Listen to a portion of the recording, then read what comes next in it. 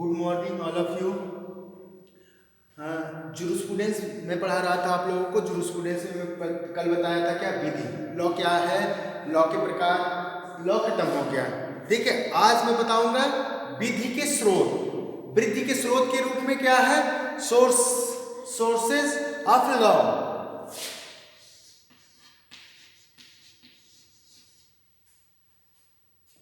Sources of law.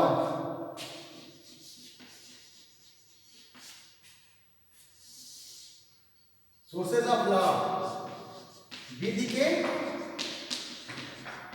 स्रोत। विधि के स्रोत क्या है ये बताया जाएगा।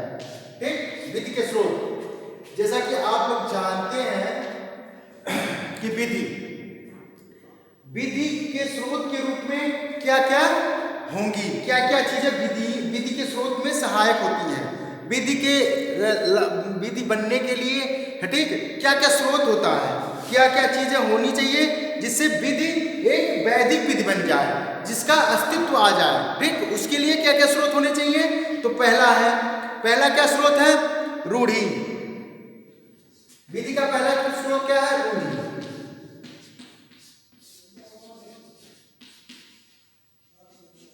रूढ़ियां या रूढ़ि, कस्टम। ठीक है,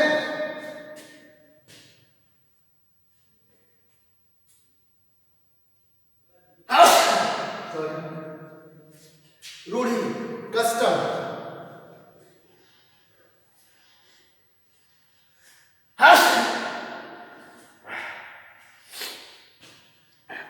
विधि के स्रोत के रूप में पहला क्या है, कस्टम, रूढ़ि। दूसरा क्या है, दूसरा विधान।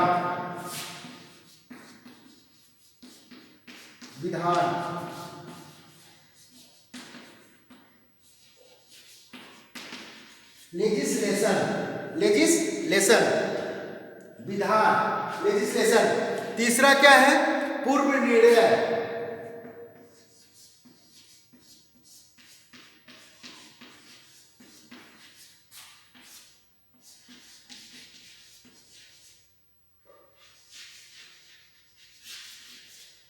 President,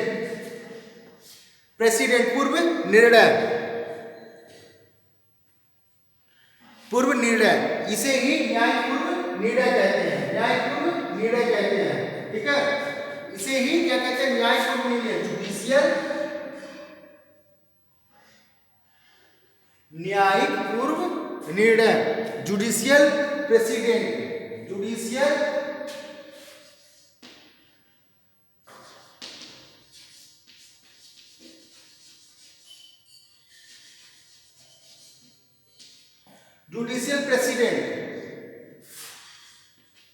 judicial president. ठीक है, न्यायिक पूर्व निर्णय या पूर्व निर्णय, प्रेसिडेंट। ठीक,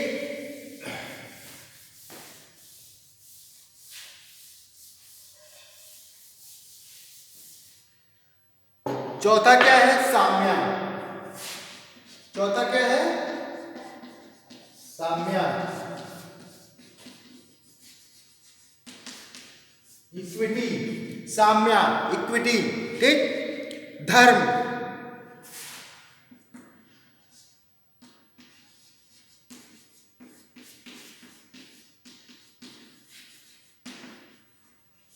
रिलीजन, धर्म। ठीक है,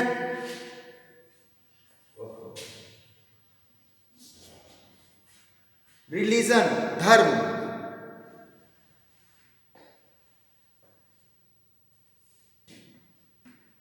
RELIGION, रिलीजन, धर्म। ठीक, रिलीजन, धर्म हो गया। छठवां नैतिकता।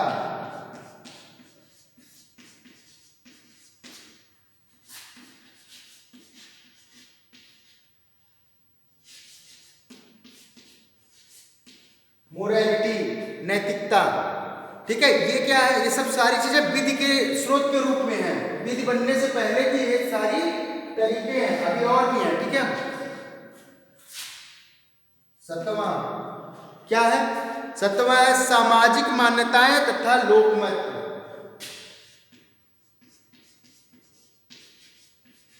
Public opinion.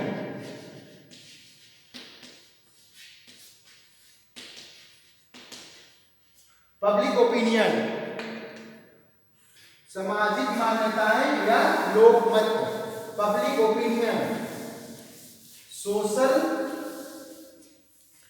सामाजिक मान्यताएं या क्या है, या लोकमत। Social value and public opinion. ठीक। 8वां क्या है? मानक विधि ग्रंथ।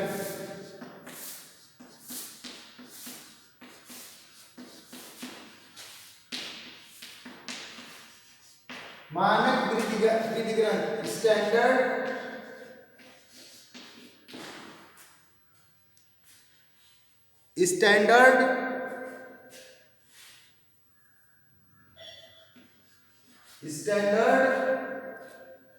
Text book.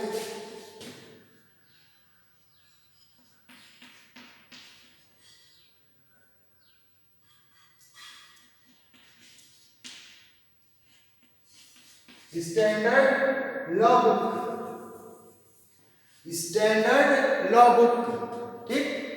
9वां विधिवेत्ताओं की राय।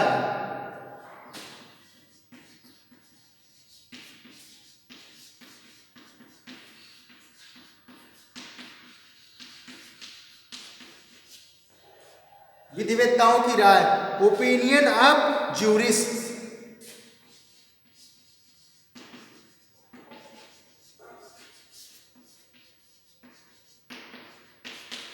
Opinion of jurist. ये 8-9 जो तत्व हैं ये विधि के स्रोत के रूप में हैं। ठीक है। ये विधि को बनाने में सहयोगी हैं। ठीक है। इनका रोल, विधि को कानून बनाने में इनका रोल बहुत महत्वपूर्ण रहता है। ये जो चीजें हैं अब इनको एक एक करके मैं आप लोगों को पढ़ाऊंगा। ठीक है। एक एक करके मैं इन सबको आपको पढ़ाना है हमें। ठीक है। क्या है? विधि के सोर्स के रूप में ये सारी चीजें 8-9 चीजें मैं आपको 9 चीजें बताया। ठीक। इन 9 चीजों को एक एक करके पढ़ाया जाएगा। ठीक। और ये मैं आपको बता दूं कि ये क्या है, ये जो कानून बनाया जाता है उसमें ये सहयोग करते हैं। ये 9 चीजें जो है, 9-10 चीजें हैं और भी हो सकती हैं, ये सारी चीजें क्या करती है? सहयोग करती है कानून बनाने में। ठीक है। तो अब इनमें से एक एक करके मैं आपको पढ़ाऊंगा, इसमें से सारी चीजें एक एक करके बताऊंगा। ठीक है। पहला क्या है? रूढ़ी।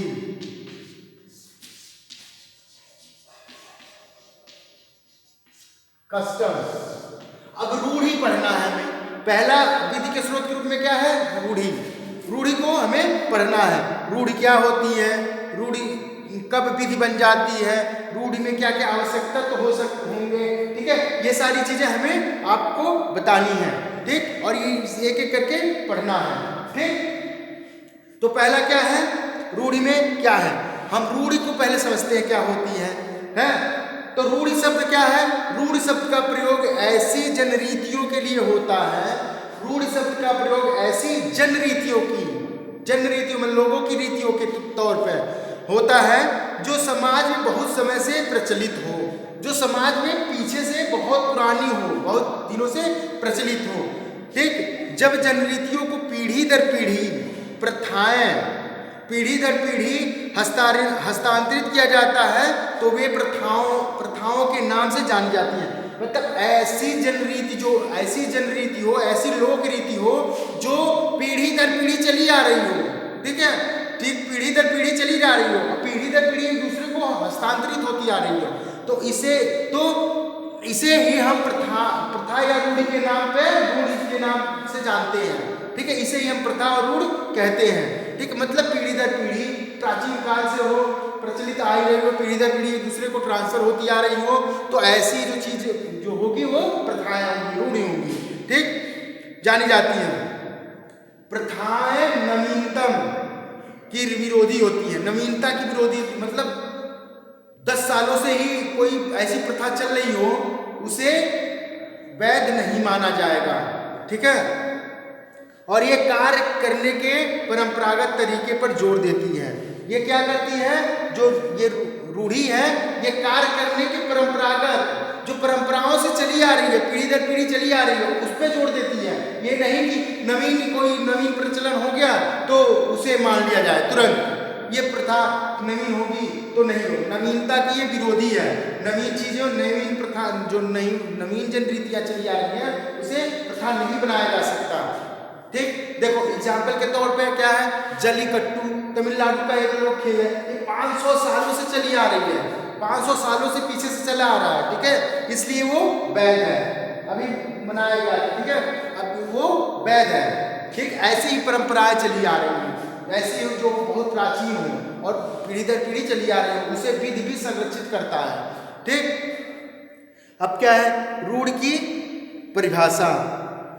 रूढ़ की परिभाषा में क्या है, पहला परिभाषा किसका है, प्रोफेसर कीटन का। रूढ़ की परिभाषा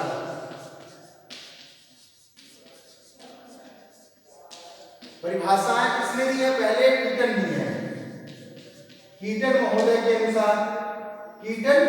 के अनुसार रूढ़ की क्या परिभाषा कीटन महोदय ने दी है, ये देखिए क्या दी है। प्रथाओं की सबसे अधिक साधारण परिभाषा इसी ने दी है। ठीक है, कीटन ने ये सबसे पहले साधारण परिभाषा किसकी दी है, प्रथाओं की। ठीक, प्रथाएं एक ही प्रकार की परिस्थिति तथा वातावरण में रहने वाले सभी व्यक्तियों के कार्यों की एक रूपता है। देखिए कीटन ने क्या कहा है, एकदम सिंपल वर्डों में है। ठीक, कीटन ने क्या कहा, प्रथाएं एक ही प्रकार की परिस्थिति तथा वातावरण में रहने वाले सभी व्यक्तियों के कार्यों की एक रूपता है। वातावरण और परिस्थितियों में एक ही तरह से रहने वाले की क्या है, एक रूपता है, वही प्रथा है। प्रोफेसर कीटन महोदय ने कहा। अब किसकी परिभाषा है, सामान्य की परिभाषा है। सामान्य की ने क्या परिभाषा दी है, सामान्य परिभाषा दी है कि ठीक, प्रथा उन सिद्धांतों का समूह है जो कि न्याय और जन लाभ के सिद्धांतों के रूप में राष्ट्रीय अंतरात्मा के अनुकूल बन जाते हैं। मतलब वो सिद्धांतों के रूप में पीढ़ी दर पीढ़ी चली आती है और सिद्धांतों के रूप में मानव के अंतरात्मा में बस जाती हैं। ठीक, उसे ही हम प्रथा कहते हैं। ऑस्टिन महोदय ने क्या कहा है, ऑस्टिन के अनुसार ऑस्टिन ने क्या कहा है, ऑस्टिन ने कहा है प्रथा को कैसे परिभाषित किया है, वो देखिए। रूढ़ आचरण संबंधी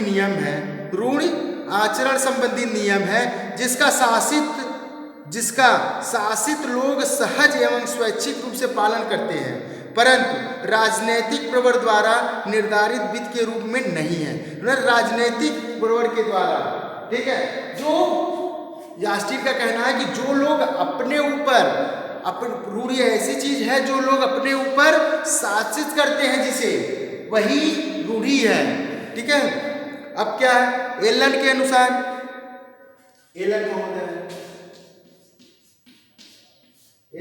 ने क्या परिभाषा दी, एलन महोदय ने कहा है, रूढ़ी समाज में अंतर्निहित ताकतों द्वारा विकसित विधि और सामाजिक परिदृश्य है। ये ताकतें अंशतः युक्ति और आवश्यकता तथा अंशतः सुझाव और अनुकरण से उत्पन्न होता है। ठीक है, ये विधि की इन्होंने ही परिभाषा दी है। ठीक है, एलन महोदय ने। अब एक केस में भारतीय न्यायालय ने, एक केस में प्रिवी काउंसिल ने एक केस में क्या कहा था, हर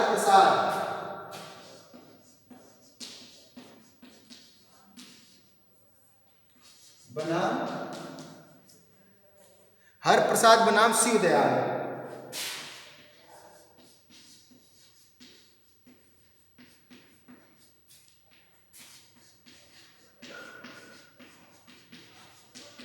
आइए, हर प्रसाद बनाम शिव दयाल में प्रिवी काउंसिल ने रूढ़ी की परिभाषा देने का प्रयास किया था। इस बार में क्या परिभाषा दी गई है, हर प्रसाद बनाम शिव दयाल में क्या परिभाषा दी है रूढ़ी की, प्रीवी काउंसिल ने। प्रीवी काउंसिल ने क्या कहा है, एक अपना मत प्रस्तुत किया था। प्रीवी काउंसिल ने क्या कहा, रूढ़ि एक विशिष्ट परिवार या क्षेत्र में लंबे समय के अस्तित्व के कारण विधि का बल प्राप्त एक नियम है। इसमें इसने क्या कहा था, प्रीवी काउंसिल ने कहा था, रूढ़ि की परिभाषा देने के लिए क्या कहा था, रूढ़ि एक विशिष्ट परिवार या क्षेत्र में लंबे समय के अस्तित्व के कारण विधि का बल प्राप्त एक नियम है। मतलब रूढ़ि क्या है, जो किसी विशिष्ट परिवार में या क्षेत्र में बहुत लंबे समय से चलती आ रही हो, वही जो जिसके कारण विधि का बल प्राप्त कर लिया हो, वही क्या है, रूढ़ि है। ठीक है, मतलब कुल मिला के सबका यदि परिभाषा देखा जाए तो रूढ़ि में क्या होगा कि सबसे जो प्राचीन समय से चली आ रही हो और वो विधि का बल ऐसे प्राचीन हो कि जिसमें विधि का बल प्राप्त हो गया हो। ठीक है, विधि का बल प्राप्त हो गया हो, लोग उसे अपने आचरण के रूप में मानने लगे हों। ठीक है, और लोग उससे शासित होने लगे हों, लोग उससे उसका भय करते हो। ठीक है, कि ये चीज करूंगा तो इससे ये ठीक नहीं है, तो वो रूढ़ियां विधि बन जाती हैं, कानून का बल ले लेती हैं। ठीक है, यही है उनकी परिभाषा है। परिभाषा हो गई, रूढ़ि विधि के स्रोत क्या क्या है, परिभाषा हो गई, रूढ़ि को और बताएंगे आवश्यक तत्व क्या क्या है रूढ़ि। ठीक है, विधि कब बन जाती है ये। ठीक है, ये सारी चीजें आपको नेक्स्ट टर्न पर बताई जाएगी। Thank you.